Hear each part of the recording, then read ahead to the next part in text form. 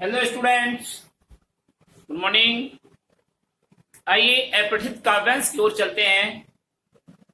अपठित काव्यांश में हमने 6 अपठित काव्यांश लिख दिए। आज आपका अंतिम 7वां काव्यांश हम देखते हैं। बाकी के सारे काव्यांश, हम 11 काव्यांश हैं, उनको सभी को आपको पीडीएफ में डाल देंगे। तो देखिए, किस भांति जीना चाहिए, किस भांति मरना चाहिए, सो सब हमें निज पूर्वजों से ज्ञात करना चाहिए। पद चिन्ह उनके यत्न पूर्वक खोज लेना चाहिए, निज पूर्व गौरव दीप को बुझने न देना चाहिए। आओ मिले सब देश बांधव, हार वन करो देश की, साधक बने सब प्रेम से सुख शांति में उद्देश्य के। क्या सांप्रदायिक भेद से है एक ढकता कहो, बनती नहीं क्या एक माला विविध सुमनों की कहो। प्राचीन हो या नवीन छोड़ो, रूढ़ियां जो हो बुरी, बनकर विवेकी तुम दिखाओ हंस की चातुरी।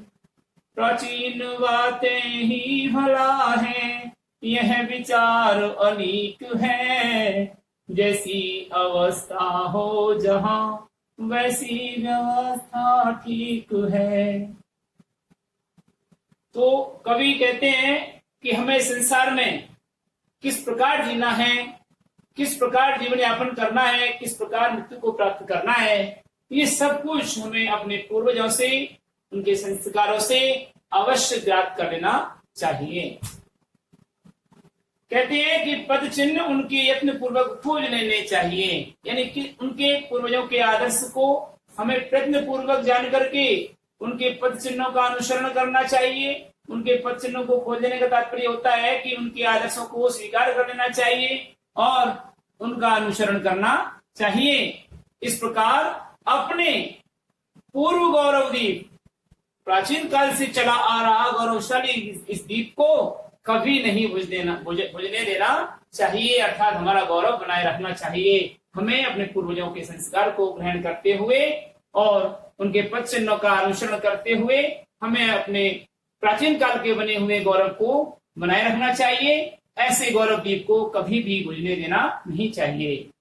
कवि कहते हैं उदाहरण देख करके कि आओ मिले सब देश बांधव, हार वन करो देश के, साधक बने सब प्रेम से सुख शांति में उद्देश्य के।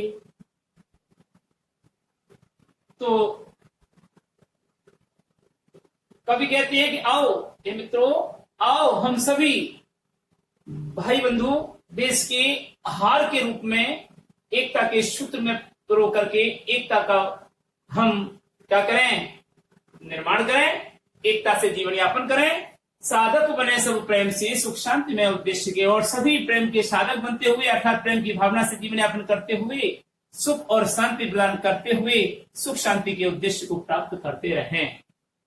उदाहरण यहाँ पर कवि ने दिया है, क्या सांप्रदायिक भेद से है एक मिट सकता अहो। सांप्रदायिक भेद का मतलब हिंदू, मुस्लिम, सिख, ईसाई, इस वर्ग में, इस भेद भाव में देश को बांटना।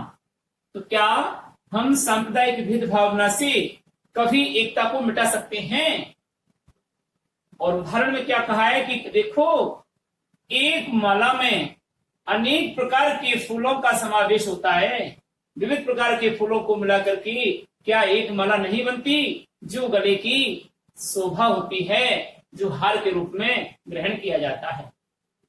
तो जब वह अनेक प्रकार के फूलों से, जैसे हजारा का, गुलाब का, गेंदा का, चमेली का, इन सब फूलों को मिला करके एक बड़ माला बनाई जाती है, एक बड़ी माला बनाई जाती है, और उस माला को जब गले में, हृदय में धारण किया जाता है तो वह बहुत सुशोभित होता है।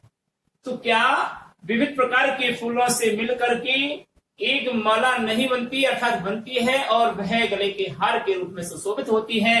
तो उसी प्रकार विभिन्न प्रकार के सांप्रदायिकता की भावना से रहते हुए अर्थात विभिन्न प्रकार के संप्रदाय इस देश में क्या एकता की भावना को मिटा सकते हैं, अर्थात एकता की भावना को नहीं मिटा सकते।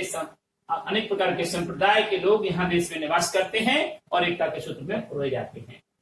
प्राचीन हो या नवीन छोड़ो रूढ़ियां जो हो बुरी, चाहे पुरानी रीति रिवाज हो परंपराएं हो चाहे नई रूढ़ी या रीति रिवाज परंपराएं हो, हमें रीति रिवाज परंपराओं के आधार पर नहीं चलना चाहिए, हमें नवीनता को धारण करना चाहिए। बनकर विवेकी तुम दिखाओ हंस की ही चातुरी, तो उन बुरी रीति परंपराओं को हमें परित्याग कर देना चाहिए। कवि ने आह्वान करते हुए कहा है कि मित्रों तुम हंस की सी चतुराई दिखाते हुए, अब हंस की क्या चतुराई है, तुम हंस की सी चतुराई दिखाते हुए विवेकशील बनिए। हंस की क्या चतुराई है, हंस में दूध और पानी को अलग करने का गुण होता है, विवेक होता है। एक गिलास में दूध में पानी मिला करके आप डाल दीजिए, उसके लिए रख दीजिए, वह दूध को तो पी जाएगा और पानी को छोड़ देगा। विश्व में ऐसी कोई मशीनरी नहीं है, मशीन नहीं बनाई जिससे कि पानी को अलग कर दे और दूध को पी जाए। दूध को अलग मतलब अलग और पानी अलग। हमने पानी को उड़ाना तो सीखा है भाप बना करके, लेकिन पानी को अलग नहीं करना सीखा, मतलब अलग दिखाना चाहिए पानी। तो हंस ऐसा काम करता है कि दूध को पी जाता है और पानी छोड़ देता है। तो हंस किसी चतुराई पूर्ण विवेक का आप विवेकी बनिए। प्राचीन हो प्राचीन बातें ही भला है, यह विचार अलीक है, जैसी अवस्था हो वहां वैसी व्यवस्था ठीक है। प्राचीन बातें ही भला है, प्राचीन बातें ही अच्छी हैं, ऐसा विचार बिल्कुल सत्य है। पुरानी बातों को स्वीकार करना चाहिए, बड़े बुजुर्ग लोग कहे गए हैं उन बातों को मानना चाहिए। यह बात अलीक है, अरे ऐसा कुछ नहीं है, अर्थात ये रूढ़ी हो गई, परंपरा हो गई, इस पर हमको ध्यान नहीं देना है। जैसी अवस्था हो वहां वैसी अवस्था ठीक है। ऐसा नहीं है कि नहीं नहीं हमें तो प्राचीन बातों को ही मानना है, बड़े बुजुर्ग कह के गए उसी बात को मानना है, ये विचार अलीक है, अर्थात बीच से हटकर बिल्कुल नहीं है, ये तो पत्थर की लकीर हो गई। अरे हमको जैसी व्यवस्था हो वहां जैसा अवस्था दिखाई देती है हमको वैसी व्यवस्था अपने आप बना लेनी चाहिए, यानी कि परिस्थिति देख करके हमें अपने आप को ध्यान लेना चाहिए। इस प्रकार अब आप यहाँ किसकी बातें बता रहा है, देश की एकता संप्रभुता के बारे में बात बताई है इसमें। तो यहाँ पर शीर्षक क्या हुआ, प्रश्न है प्रस्तुत काव्यांश का उचित शीर्षक दीजिए। तो आप लिखेंगे इसका उत्तर कि प्रस्तुत काव्यांश का उचित व उपयुक्त शीर्षक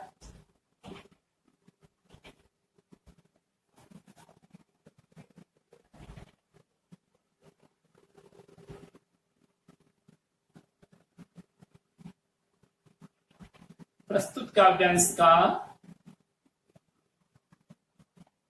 उपयुक्त या उचित शीर्षक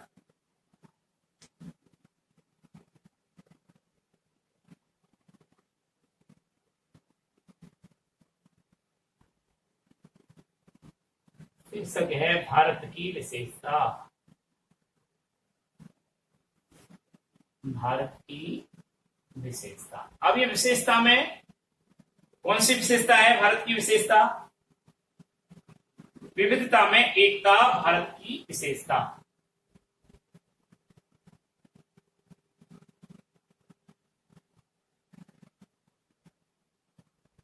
क्या तो ऐसा लिख दो या बोले तो विविधता में एकता, भारत की विशेषता।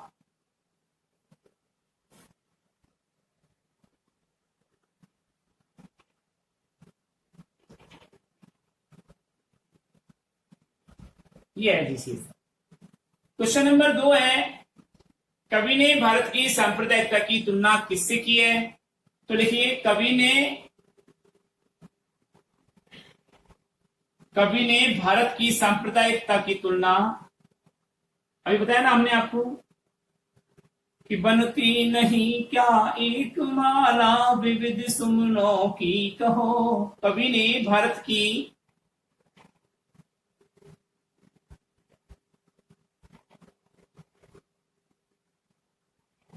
सांप्रदायिकता की तुलना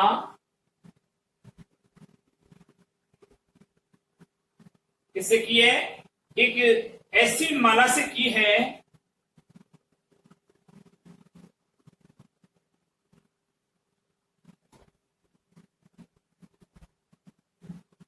माला से की है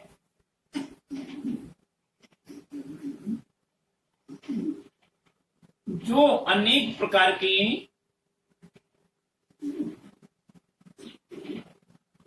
जो अनेक प्रकार के फूलों से मिलकर बनती है।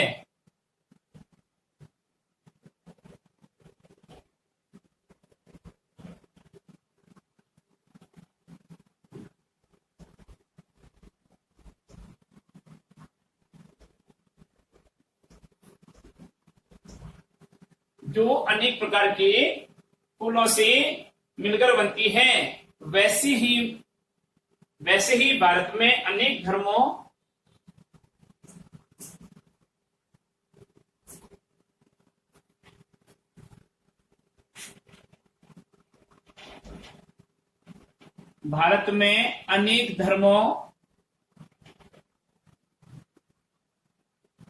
वैसे ही भारत में अनेक धर्मों, जातियों व विचारों वाले लोग रहते हैं।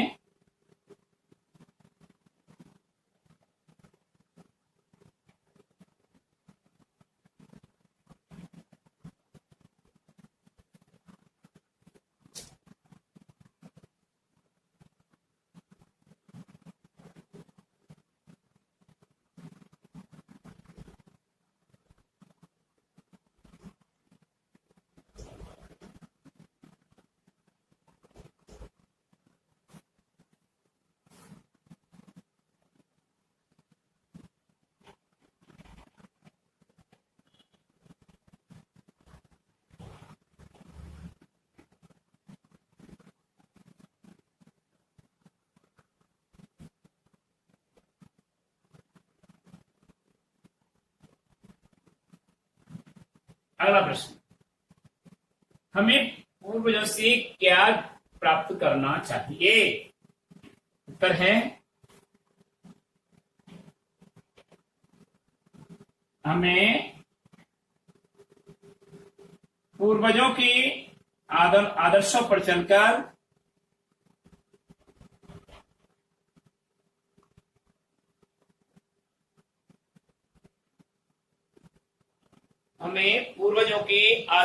चलकर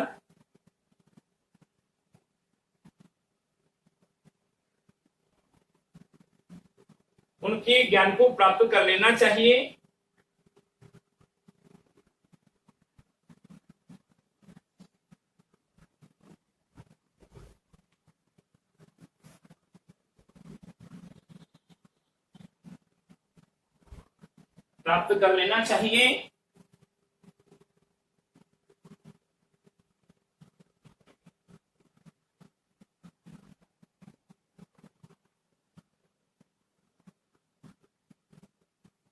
जिससे हम भारत की एकता को सुरक्षित रख सकें।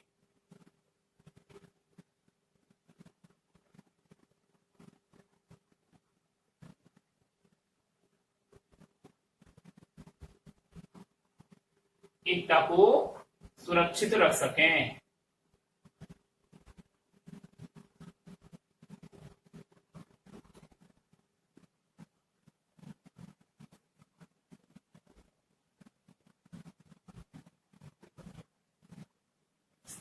अगला देखिए,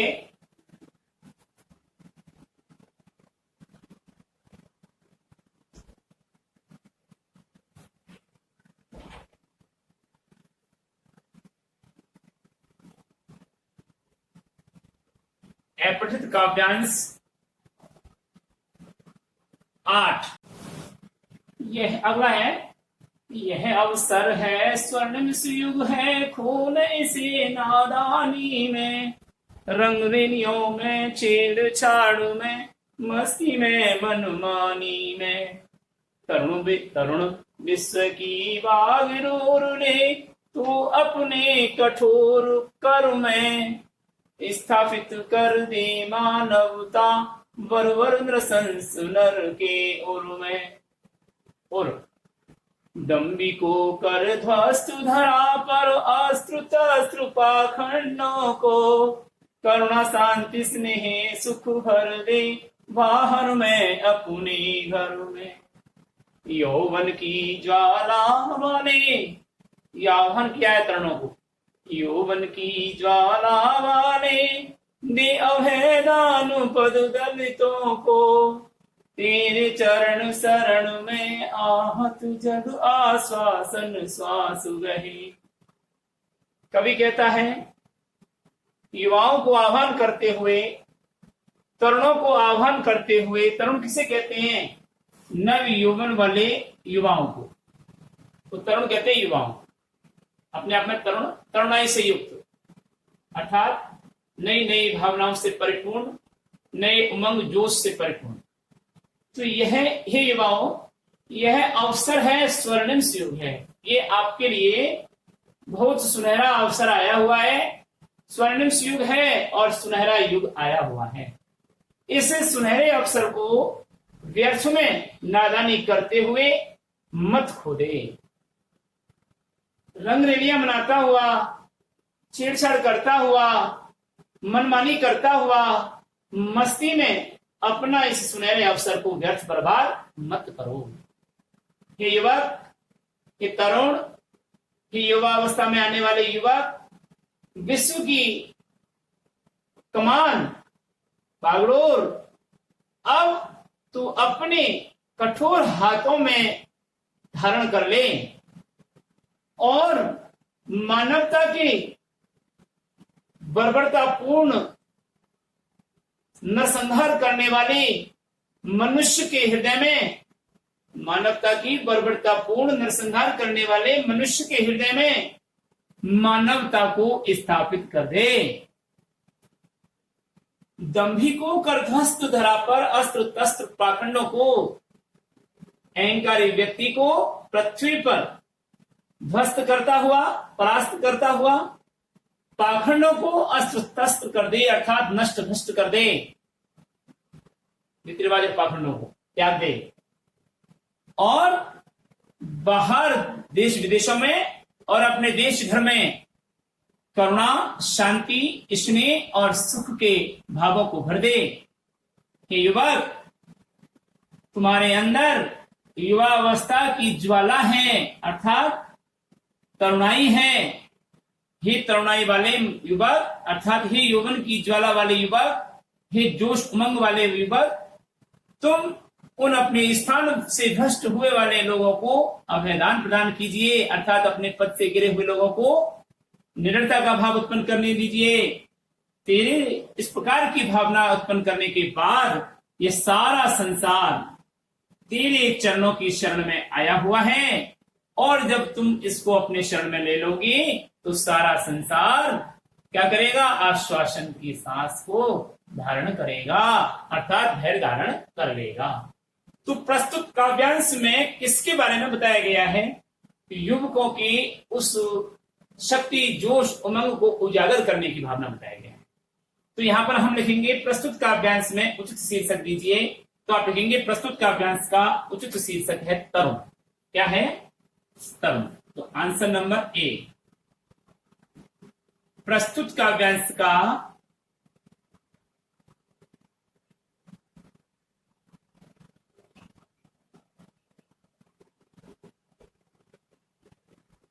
उचित शीर्षक है तरुण या युवा अवस्था। ठीक है, वैसे तरुण अपने आप में बहुत अच्छा शीर्षक है तरुण। क्वेश्चन नंबर 2 का आंसर है कवि ने किस अवसर को स्वर्णिम युग कहा है? तो कवि ने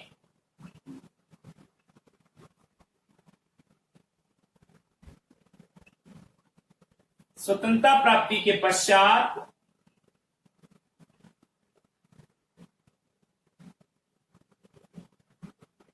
देश के तरुणों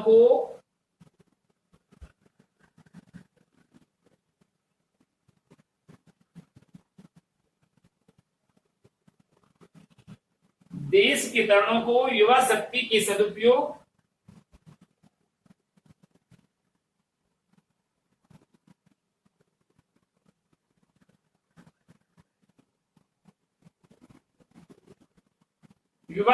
सदुपयोग करने के अवसर मिलने को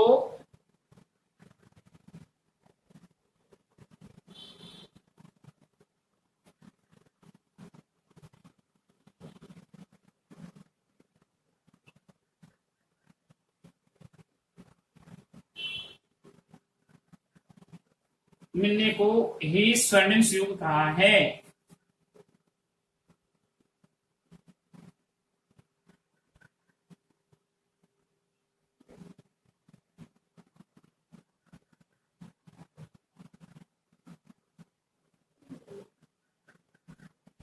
स्वर्णिम युग कहा है, इन्हें मस्ती, छेड़छाड़, मनमानी, नादानी में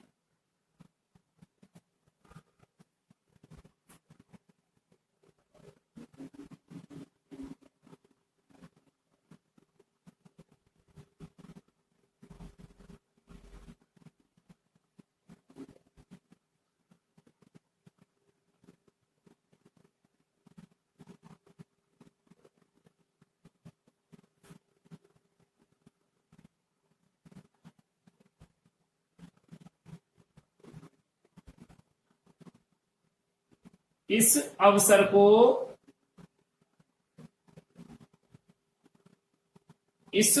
को हाथ से निकल जाने नहीं देना चाहिए।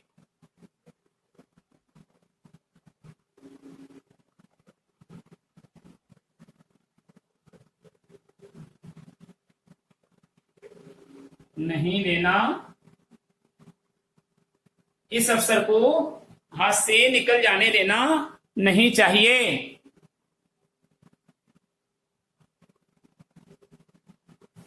ठीक है।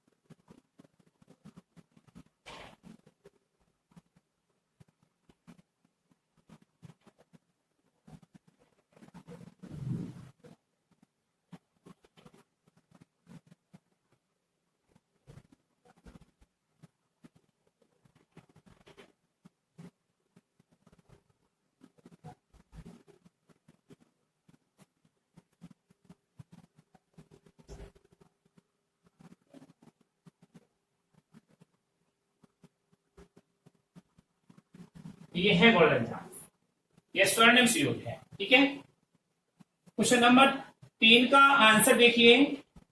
3 कह रहा है कि दे अभय दान पद दलितों को। इस पंक्ति का क्या आशय है? देखिए, उक्त पंक्ति का आशय स्पष्ट करते हुए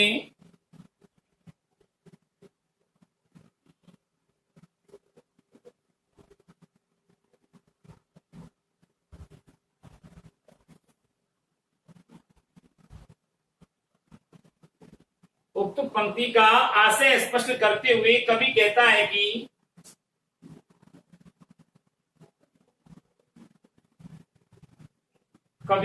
है कि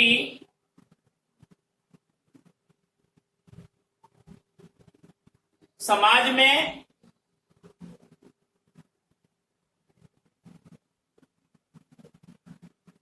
दलित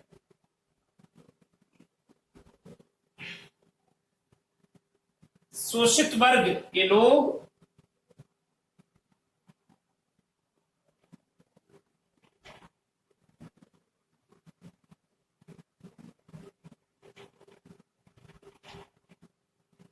दलित या शोषित वर्ग के लोग भयभीत हैं,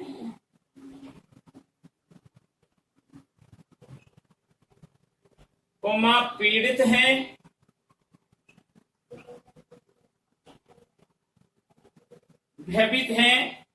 पीड़ित हैं। उन्हें अपने विकास और प्रगति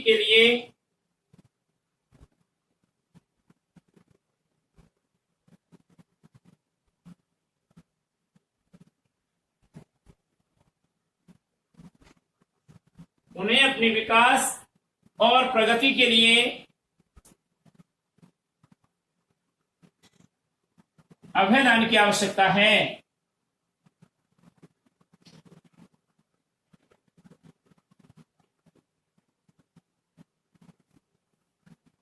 या निडरता की आवश्यकता है।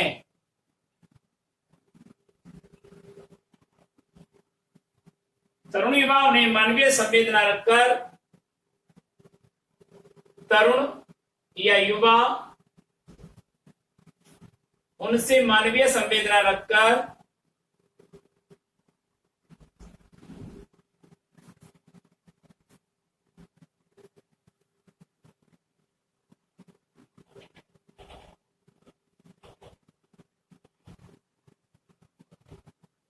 उन्हें अभयदान प्रदान करें।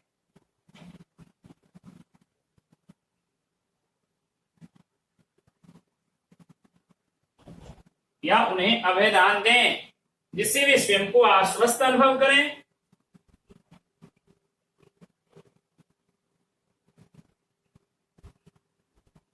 वे स्वयं को आश्वस्त अनुभव करें।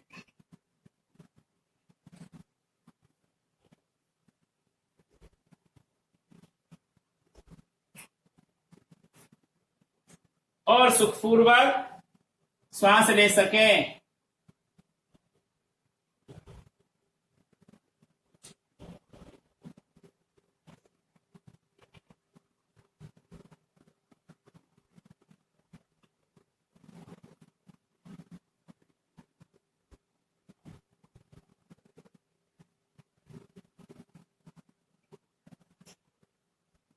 इसी के साथ में आपका ये अपठित पद्यांश पूरा हुआ।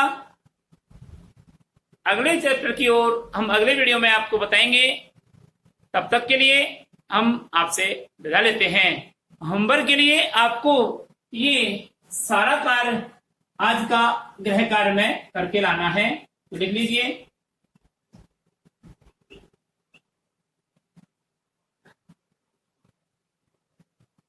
उक्त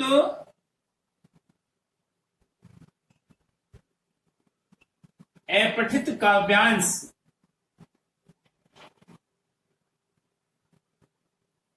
सात आठ